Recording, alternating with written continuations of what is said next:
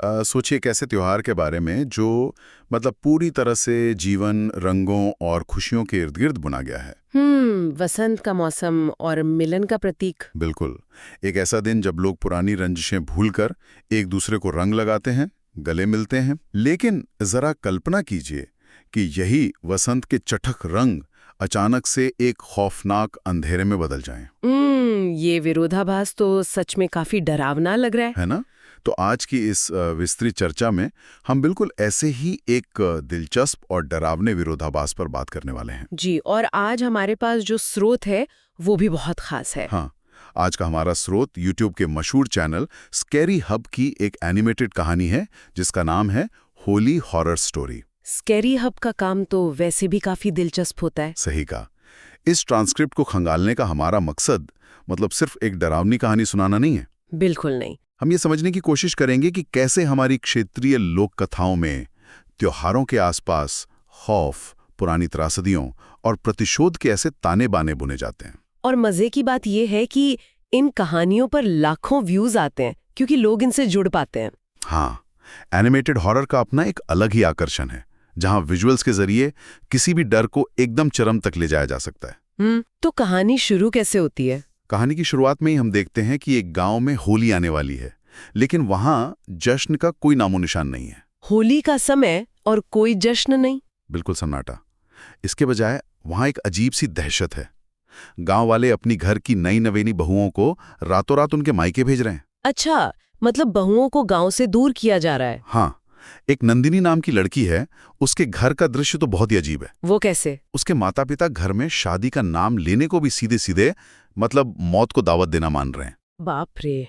और यहीं से अगर मैं कहूँ तो कहानी मनोवैज्ञानिक स्तर पर दर्शकों को पकड़ना शुरू कर देती है। सही बात है। देखिए, आमतौर पर त्योहार समाज को जोड़ने, एक कलेक्टिव खुशी और सुरक्षा का एहसास कराने के लिए होते हैं। एक सेफ स्पेस की तरह। बिल्कुल। लेकिन लोक कथाओं और हॉरर में जब आप किसी बहुत ही सामान्य और शुभ चीज को खतरे के प्रतीक में बदल देते हैं तो उसका इम्पैक्ट बहुत गहरा होता है। हाँ, वो सीधा हमारे दिमाग पे असर करता है। जो गांव मिलन और रंगों का जश्न मनाता था, उसे एक अनजाने श्राप ने अलगाव के प्रतीक में बदल दिया है। मतलब त्योहार ही खौफ बन गया है। एकदम सही। हॉरर क्रिएटर्स बहुत अच्छे से जानते हैं कि इंसान सबसे ज्यादा तब डरता है जब उसकी सबसे सुरक्षित जगह या सुरक्षित हो जाए। हाँ। गांव वाले अपनी बहुओं को दूर भेज रहे हैं। ये अपने आप में दिखाता है कि उन्हें किसी बाहरी खतरे से ज्यादा अपने ही गांव की हवा से डर लग रहा है। ये तो है। वो डर इतना हावी है कि पूरा गांव एक तरह के खौफनाक सन्नाटे में है। और कहानियों में अक्सर ऐसे सन्नाटे को तोड़ने के लिए कोई बाहरी किरदार आता है। बिल्कुल। और इस सन्नाटे को चीरता हुआ एक सरप्राइज सीधे मौत के दरवाजे पर दस्तक देता है। कौन आता है? कहानी में नंदिनी की सहेली सुप्रिया की एंट्री होती है। सुप्रिया ने हाल ही में अपने कॉलेज के दोस्त गौरव के साथ भागकर शादी की है। अच्छा, तो वो एक नई नवेली दुल्हन है। हाँ, और अपनी पहली होली अपनी सहेली के साथ मनाने के लिए वो दोनों बिना बताए होली से ठीक एक रात पहले गांव पहुंच जाते हैं। बिना बताए? ये तो हॉरर कहानियों की सबसे बड़ी गलती होती है। बिल्कुल। और सबसे डरावनी बात यह है कि सुप्रिया पूरी तरह से एक नई दुल्हन के श्रृंगार में है। मतलब उसने मांग में सिंदूर भरा है, हाथों में नई दुल्हन का चूड़ा पहना है। ओहो। लेकिन जैसे ही नंदिनी और उसका परिवार सुप्रिया को इस रूप में देखते हैं, उनके चेहरों का रंग उड़ जाता है। वर्जन का एक क्लासिक उदाहरण है। प्रतीकों का सबवर्जन। थोड़ा इसे समझाएंगे?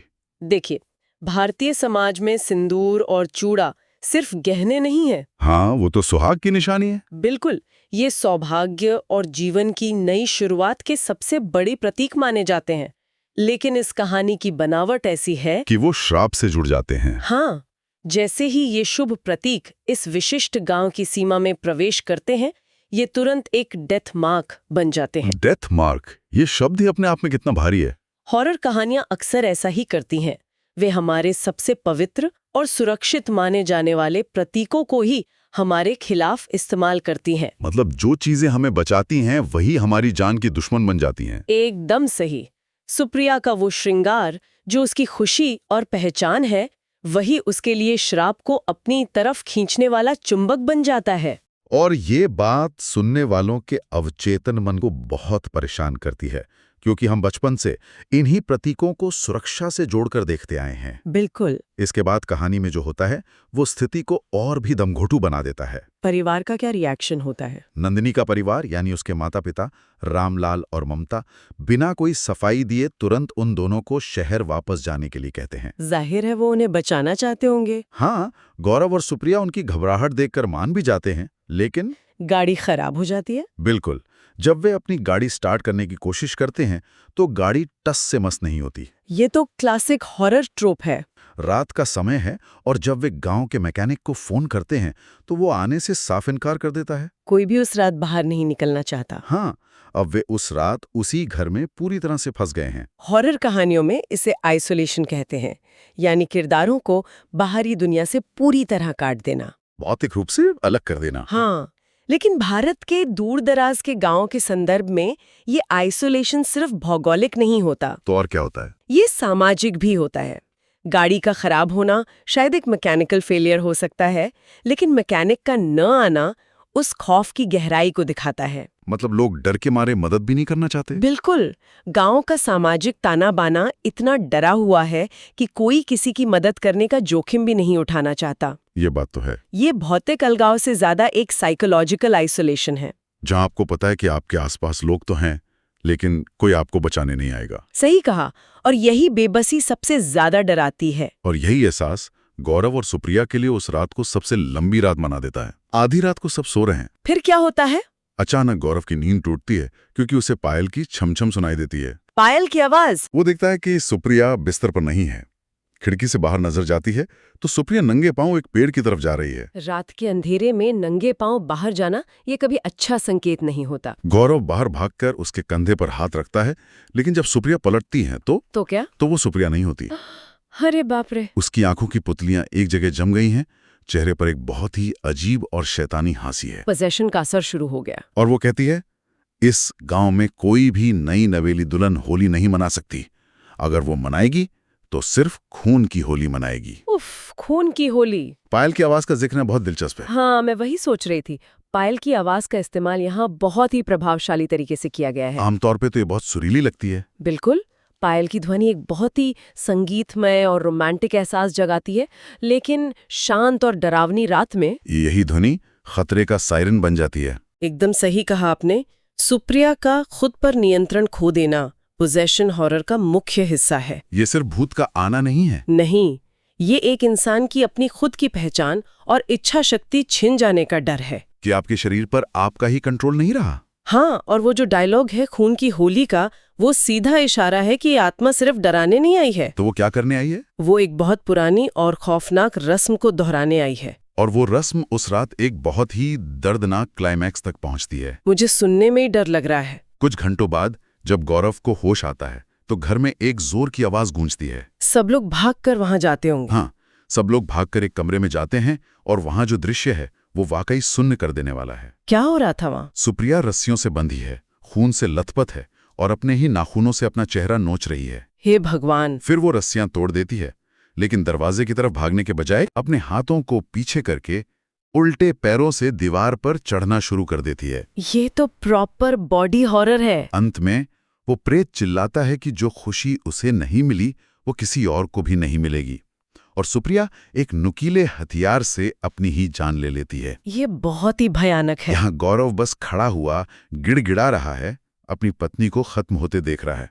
वो कुछ नहीं कर पाता। मैं बता रही थी ना, गौरव की वो बेबसी ही असल में इस कहानी का सबसे भयानक हिस्सा है। बिल्कुल, एक इंसान पूरी तरह से लाचार है। गौरव एक पढ़ा लिखा आधुनिक सोच वाला शहरी युवा है, लेकिन उस अलौकिक ताकत के सामने उसकी कोई भी आधुनिक सोच काम नहीं आती। उसकी डिग्रियां और लॉजिक सब फेल हो जाते हैं। हाँ, और जो दीवार पर उल्टे चढ़ने वाला दृश्य आपने बताया, वो टिपिकल बॉडी हॉरर है। ये बॉडी हॉरर दिमाग को इतना सुन्न क्यों कर देता है? क्योंकि जब इंसान का शरीर भौतिकी और प्रकृति के सारे नियमों को तोड़ देता है, तो हम ऐसी चीजों को प्रोसेस करने के लिए बने ही नहीं है। तुम्हारे दिमाग का लॉजिक काम करना बंद कर देता है। बिल्कुल।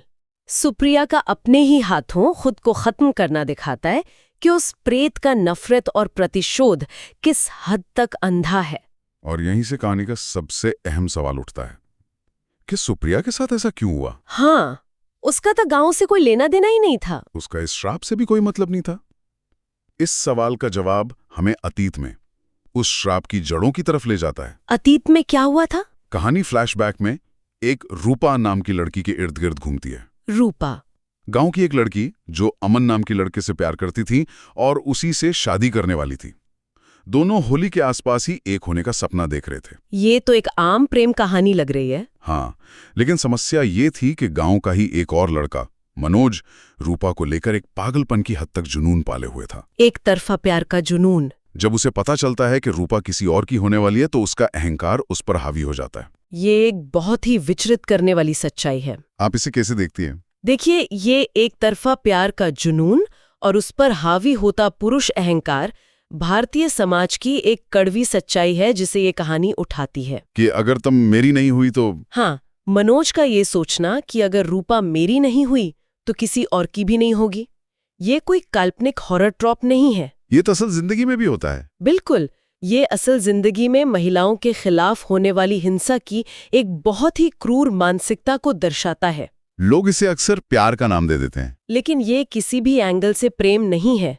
ये पूरी तरह से एक इंसान पर अपना स्वामित्व या ओनरशिप जताने की भावना है। और जब वो ओनरशिप नहीं मिलती तो? जब वो ओनरशिप छिनती हुई दिखती है तो वो सीधा हिंसा में बदल जाती है। और यही ओनरशिप की भावना उस दिन एक खौफनाक रूप ले लेती है। होली वाले दिन। हाँ, होली वाले दिन रूपा का मन नहीं था। फिर भी उसकी सहेलियां उसे बाहर ले आती हैं।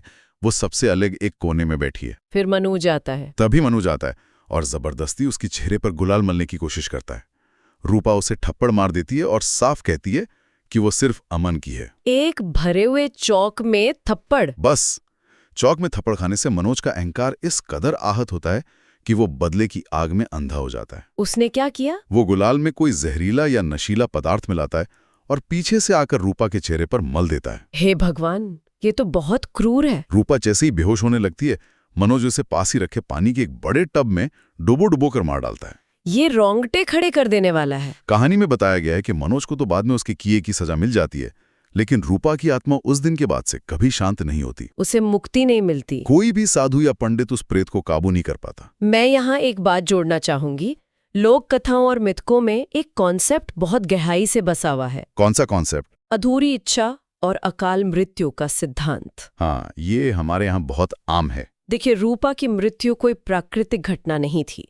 उसके सपने, उसका प्यार, उसका पूरा भविष्य एक बहुत ही क्रूर और हिंसक तरीके से छीन लिया गया। तो क्या इसीलिए उसकी आत्मा भटकती है? हाँ, उसकी आत्मा को मुक्ति इसलिए नहीं मिलती क्योंकि उसका दर्द और उसका क्रोध उस भौतिक दुनिया से बहुत मजबूती से जुड़ा हुआ है, जिसे वो छोड़ना नहीं चाहती थी। और साधु पंडितों का फेल होना वो ये दर्शाता है कि जब किसी के साथ इतना भयंकर अन्याय होता है तो उस आत्मा की शक्ति किसी भी कर्मकांड या मंत्र से ज्यादा ताकतवर हो जाती है। वो गुस्सा किसी तर्क को नहीं मानता। लेकिन सोचने वाली बात यह है कि श्राप का तर्क अक्सर हमारी समझ से परे होता है। वो कैसे? मतलब अपराध तो मनोज ने किया था ना, फिर उसकी सजा सुप्रिया जैसी निर्दोष लड़कियों को क्यों मिल रही है? ये एक वाजिब सवाल है। सुप्रिया ने तो रूपा का कुछ नहीं बिगाड़ा था। वो तो सिर्फ अपनी नई जिंदगी की शुरुआत कर रही थी और बस एक दिन के लिए गांव आई थी। देखिए, श्राप हमेशा अंधा होता है। अंधा होता है? वो न्याय और अन्याय के बीच का फर्क नहीं समझता।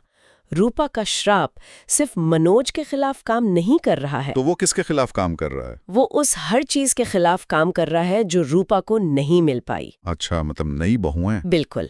वो नई नवेली दुल्हनों को निशाना इसलिए बनाती है क्योंकि वो खुद कभी दुल्हन नहीं बन पाई। ये तो एक तरह का अंधा गुस्सा है। ये उस ट्रॉमा या आघात का गुस्सा है जिसे ये नहीं दिखता कि सामने वाला दोषी है या निर्दोष, उसे बस अपना दर्द बांटना है। ये तो समाज के लिए भी एक बहुत बड़ा प्रतीक है। हाँ, कि जब किसी एक के साथ घोर अन्याय होता है तो उसका प्रभाव सिर्फ उस अपराधी तक सीमित नहीं रहता। उसकी लहरें पीढ़ियों तक पूरे समाज को प्रभावित करती हैं। और अक्सर निर्दोष लोग ही उसकी चपेट में आते हैं। कहीं ना कहीं हमारे समाज की बहुत सी कड़वी सच्चाइयों का दर्पण होती हैं, जैसे कि महिलाओं के खिलाफ होने वाली हिंसा और एक तरफा प्यार का वो जहरीला रूप जो किसी की जान लेने से भी नहीं हिचकता, और समाज का वो रवैया जो अक्सर घटनाओं को होने देता है। सही कहा। लोक कथाएं और डरावनी कहानियां अक्सर निर्दोषों के मारे जाने का इस्तेमाल सिर्फ ये बताने के लिए करती हैं कि अतीत के पाप कभी इतनी आसानी से पीछा नहीं छोड़ते वो किसी न किसी रूप में वापस लौट के आते ही हैं। और उनका खामियाजा आने वाली पीढ़ियों को भुगतना पड़ता है। इन कहानियों की प्रासंगिकता कभी खत्म नहीं होती, क्योंकि ये मानवीय स्वभाव की उन कमियों पर चोट करती हैं जो सदियों से वैसी ही हैं। ये बात तो है। ये कहानी हमें ये सोचने पर मजबूर करती है कि कैसे एक समाज एक अन्यायपूर्ण कृत्य के बाद कभी भी पूरी तरह से अपनी पुरानी स्थिति में नहीं लौट पाता। गांव का हर साल होली के आने से पहले डर जाना, अपनी बेटियों और बहुओं को सुरक्षित जगहों पर भेजना, ये सब सिर्फ एक प्रेत का डर नहीं है। बिल्कुल नहीं। ये उस पुरानी घटना का एक ऐसा स्थायी ट्रॉमा है जिसे वे आज तक ढो रहे हैं। वो हर साल उस दिन को याद करते हैं जब उन्होंने एक निर्दोष की जान जाते हुए देखी थी। और ये बात हमें इस चर्चा के एक बहुत ही गहरे और रहस्यमय मोड़ पर लाकर खड़ा कर देती है। वो क्या? एक ऐसा विचार जो शायद इस कहानी के विजुअल्स में सीधे तौर पर नजर नहीं आता, लेकिन कहानी के गहराई में उतरने पर जिसे महसूस किए बिना रहा नहीं जा सकता। आप किस बारे में सोच रही हैं? सुप्रिया की मौत, रूपा का श्राप और गांव वालों का वो खौफ, क्या ये सब सिर्फ एक भूत की वजह से है? तो और क्या हो सकता? भूत प्रेत और श्राप की ये कहानियां वास्तव में किसी समाज के सामूहिक अपराध बोध या कलेक्टिव गिल्ट को छुपाने का एक मनोवैज्ञानिक तरीका मात्र है। सामूहिक अपराध बोध, ये एंगल तो मैंने सोचा ही नहीं। जरा सोचिए, होली का दिन था, गांव का चौक था। जब रूपा को उस पानी के टब में डुबोया जा रहा था, तब क्या वहां सच में कोई मौजूद नहीं था जो उसे बचा सकता? भरे चौक में कोई तो होगा ही। क्या गांव वालों ने मनोज की उस जुनूनी हरकत को और उसके हिंसक व्यवहार को पहले ही अनदेखा नहीं कर दिया था? ये बहुत ही डिस्टर्बिंग ख्याल है ना? कि क्या गांव वाले रूपा को उस दिन न बचा पाने के अपने उसी अपराध बोध को पीढ़ियों से एक हॉरर कहानी और श्राप के रूप में ढो रहे हैं? बिल्कुल। शायद वो भूत गांव के बाहर पेड़ पर नहीं है, तो कहाँ है? शायद वो भूत उस समाज की अपनी अंतरात्मा है, जो उन्हें हर साल होली के दिन याद दिलाती है कि उन्होंने एक निर्दोष को अपने ही सामने मरने दिया था और कुछ नहीं किया। और यही अपराध बोध पीढ़ी दर पीढ़ी ट्रांसफर होता है। वे खुद को माफ नहीं कर पा रहे हैं, इसलिए उन्होंने अपने डर को एक श्राप का नाम दे दिया है। मनोवैज्ञानिक नजरिए से देखें तो ये एक ऐसा सवाल है जो किसी भी प्रेत या चुड़ैल से कहीं ज्यादा डरावना है। क्योंकि भूत से तो आप दूर भाग सकते हैं, लेकिन अपने ही सामूहिक अपराध बोध से आप कहाँ छिपेंगे? और शायद यही वो रहस्य है जो कभी पूरी तरह से नहीं सुलझेगा। अतीत के पन्नों में दबी हुई ये चीखें आज भी हवा में गूंज रही हैं, बस उन्हें सुनने वाले चाहिए। बिल्कुल सही कहा। आज की इस गहरी वैचारिक यात्रा में बस इतना ही। इन विचारों के साथ, प्रतीकों के इस खौफनाक इस्तेमाल के साथ और इस अनसुलझे अपराध बोध के सवालों के साथ हम इस चर्चा को यहीं विराम देते हैं। कुछ कहानियों का अंत नहीं होता, वे बस हमारे जहन में एक खामोश सवाल बनकर हमेशा के लिए रह जाती हैं।